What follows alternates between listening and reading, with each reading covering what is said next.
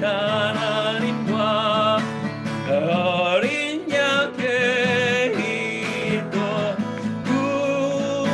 구원하심이 보좌에 앉으신 우리 하나님과 어린 양께 있도다 구원하심이 보좌에 앉으신 우리 하나님과 어린 양께 기도 구원하심이 보좌에 앉으신 우리 하나님과 어린 양께 있도다 구원하심이 보좌에 앉으신 하나님과 어린 양께 있도다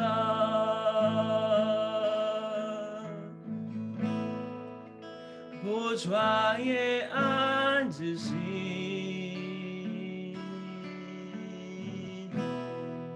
그 어린 양 예수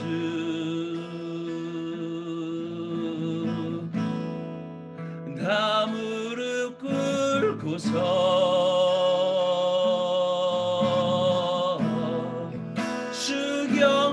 수경배하리라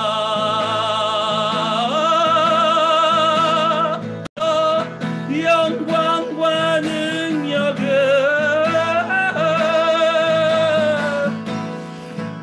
영원 영원토록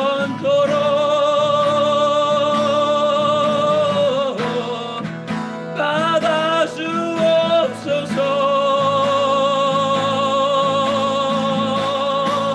보좌에 앉으신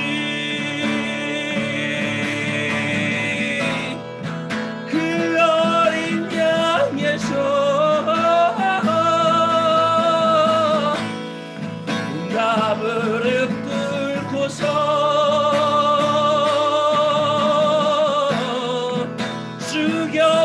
수경배하리라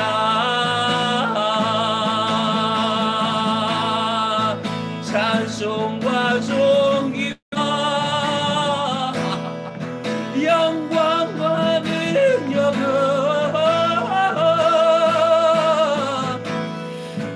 영원 영원토록 홀로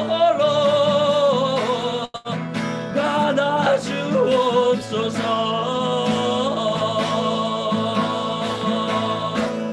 보좌에 앉으신 그 어린 양 예수와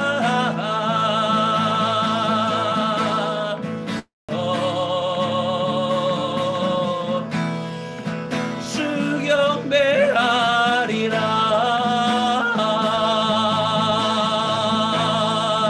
찬송과 존귀와 영광과 능력은 영원 영원토록 받아 주옵소서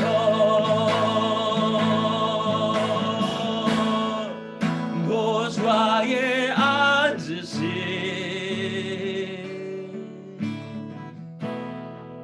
그 어린 양 예수 나 무릎 꿇고서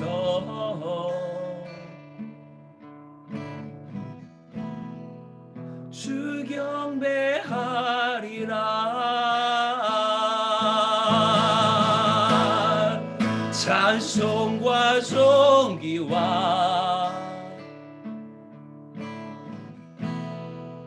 영광과 능력은 영원 영원토록 받아 주옵소서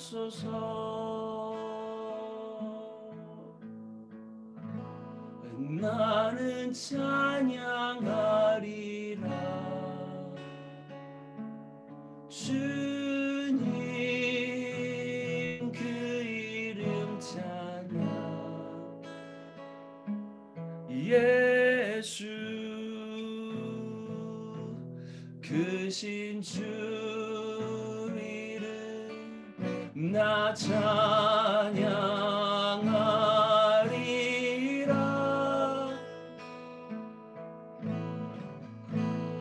나는 찬양하리라.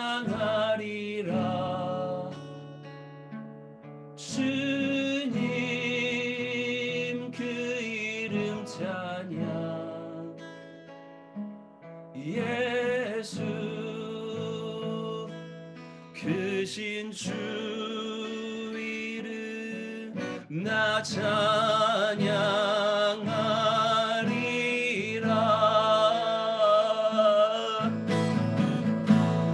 나는 영광 돌리리.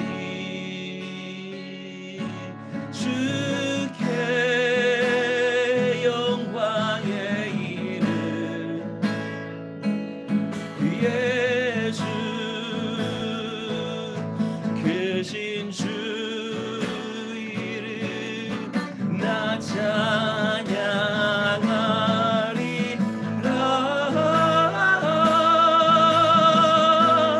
나는 영광 돌리리. 주께 영광의 이름. 예수 크신 주 이름 나 찬양하리라.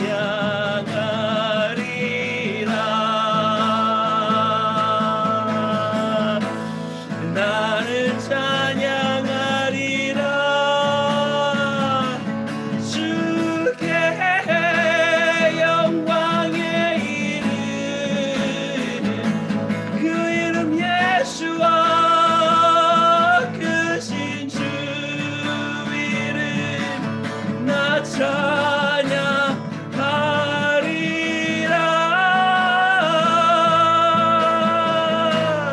나는 찬양하리라. 주께 영광의 이름. 예수 계신 주 이름 나 찬양하리라.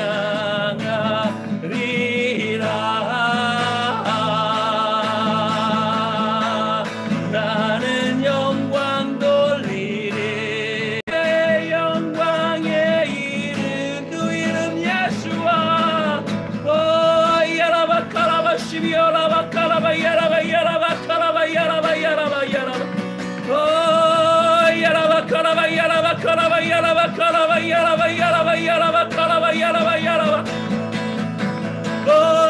그 이름 경배할지어다.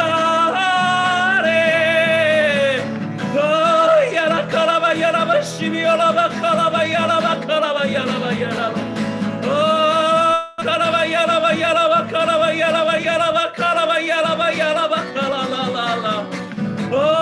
이스라엘이여 다음부터 무엘세바까지 그 이름을 경배할지어다. 야라카라라라라라라라라라. 야라카라바 야라바 시비오라바 카라바 야라바 카라바 야라바 카라바 야라바 시비오라바 카라바 야라바 국성 국경부터 헤일라까지 예수와를 경배하라.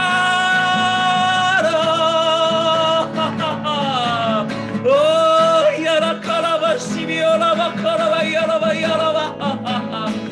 너희의 유일한 신랑이신 예수와를 받아들이게 될지어다. 야라카라바 야라바 야라라라라라라라라. 나는 찬양하리라. 주님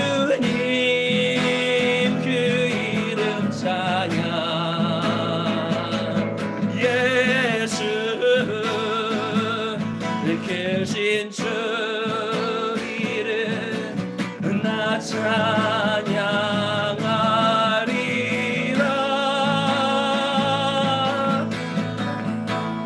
나는 찬양하리라.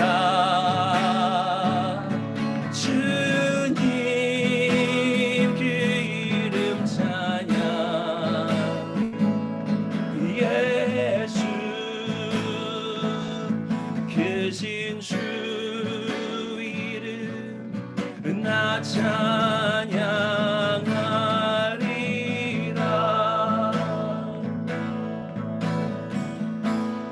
나는 영광 돌리리. 주님 영광의 이름. 예수 크신 주 이름 나 찬양하리라.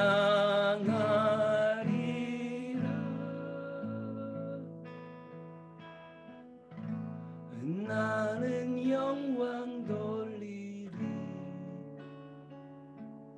주님 영광의 이름. 예수 크신 주 이름 나 찬양하리라.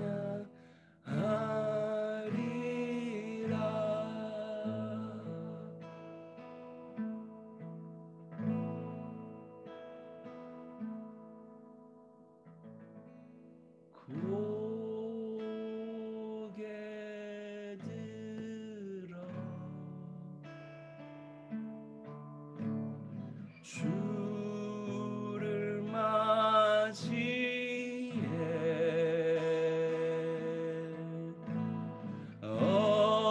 엎드려 경배하며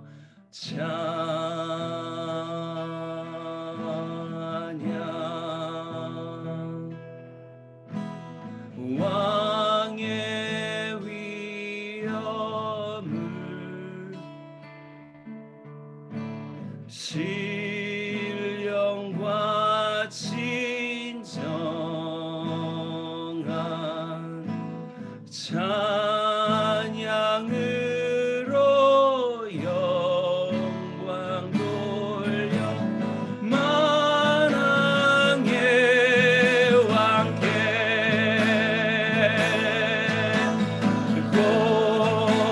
고개 들이해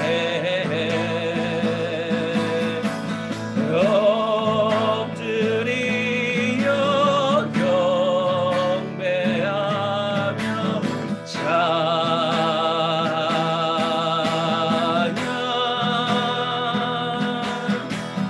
왕의 위엄을 신령과 진정한 찬양으로 영광 돌 왕 중의 왕. 우리 지금 이 시간 다 같이 그 이스라엘 땅 가운데 우리가 영으로 서기 원합니다. 여러분 각자에게 주시긴 주님 주시는 그 감동의 그 위치 가운데에 누구는 이스라엘에, 누구는 예루살렘에, 누구는 사마리아에, 여러분 우리가 지금 이 시간 이스라엘 그 곳곳 땅 가운데에 영으로 서서 그 이스라엘 땅 가운데 왕 중의 왕 예수 고개 들어 고개 들어 주를 맞이해 엎드리어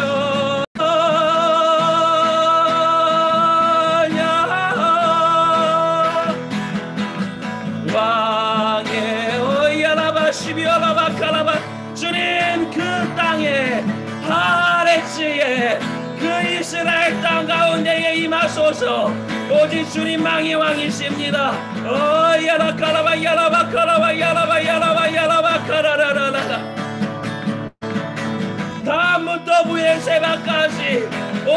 예수와만이 왕이십니다.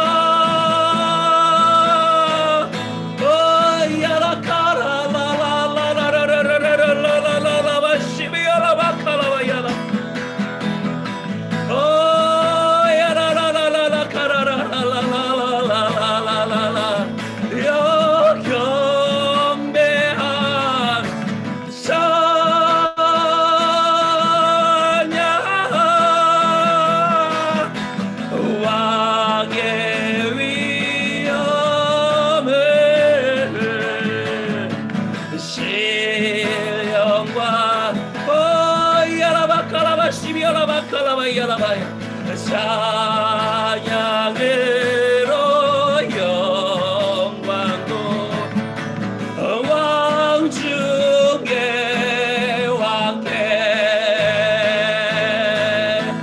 찬양으로 영 돌려 유일하시게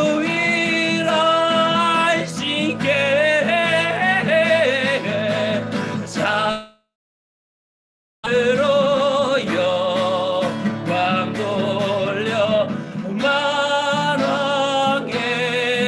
왕께 주는 존귀하신 분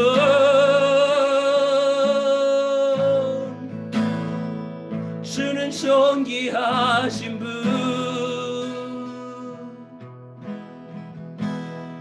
만물 주께 나와 주께 돌아가니 그 영광 받으소서.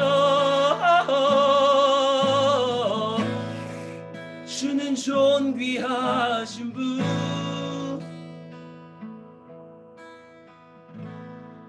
주는 존귀하신 분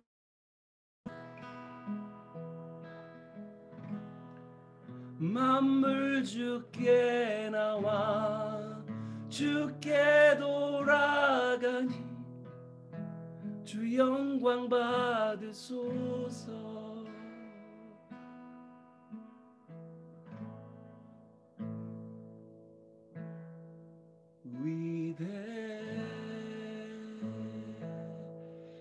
위대하신 주 찬양해. 위대하신 주 모두 알게 되리라.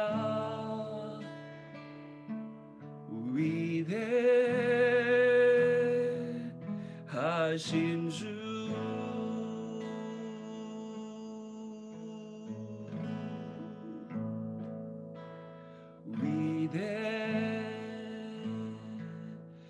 위대하신 주 찬양해. 위대하신 주 모두 알게 되리라. 위대하신